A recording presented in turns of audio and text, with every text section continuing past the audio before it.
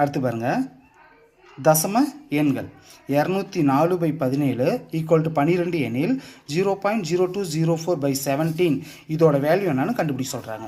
இப்போ இதை எடுத்து அப்படியே எழுதிக்கோங்க. ஈக்குவல் டு இங்கே பாயிண்ட்டுக்கு அப்புறம் எத்தனை நம்பர் இருக்குது? 1 2 3 4 நம்பர் இருக்கா?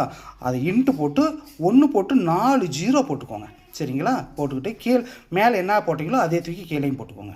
ஈக்குவல் டு இப்போ இந்த இடத்துல 0204 இன்ட்டு 10,000 நம்ம பெருக்கணும் அப்படின்னா இங்கே 4 0வா, அப்போ 4 நம்பரும் முழு நம்பராக மாறிக்கும். முழு நம்பர்னால் எப்படி மாறும்?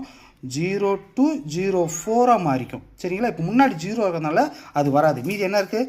204 மட்டும்தான். அந்த 204 பை கீழே இருக்கிறது அப்படியே வச்சுக்கோங்க. 17 இன்ட்டு 10,000 ஈக்குவல் டு நம்மளுக்கு ஏற்கனவே தெரியும். இந்த 204/17 மதிப்பு நம்ம என்ன நம்ம இங்கே வச்சுருக்கிறோம்? 12 இருக்கா? அந்த 12 அப்படியே எழுதிக்கோங்க.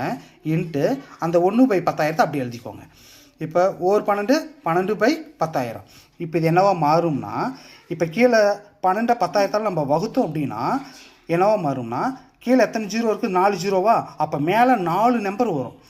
அந்த 12 போட்டுக்கிட்டு 4 நம்பர்னால் முன்னாடி 2 0 போட்டுக்கோங்க. 4 நம்பர் வந்துருச்சு. சரிங்களா?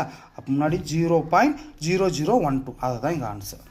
இப்போ இதோட ஷார்ட்கட் என்ன அப்படின்னா, இங்கே பாருங்க 204/17 இப்போ இந்த இடத்துல பாருங்கள் 204/17 இப்படி வந்திருந்தது அப்படின்னா இங்கே என்ன கொடுத்துருக்காங்க? 12.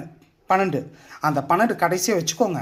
இங்கே பாயிண்ட்டுக்கு அப்புறம் எத்தனை நம்பர் இருக்குது? 1 2 3 4 நம்பர் இருக்குன்னா இங்கே 4 நம்பர் வரணும். அப்புறம் எத்தனை நம்பர் 0 போடணும்? 2 0 போடணும். அப்போ 0.0012 அவ்வளோதான் ஆன்சர். ஸ்ட்ரைட்டாக நம்ம போட்டுடலாம். இப்போ அடுத்து ஹோம்ஒர்க் ஒன்று கொடுத்துருக்கேன். அது என்னென்னு பார்த்துட்டு கமெண்ட் சொல்லுங்கள்.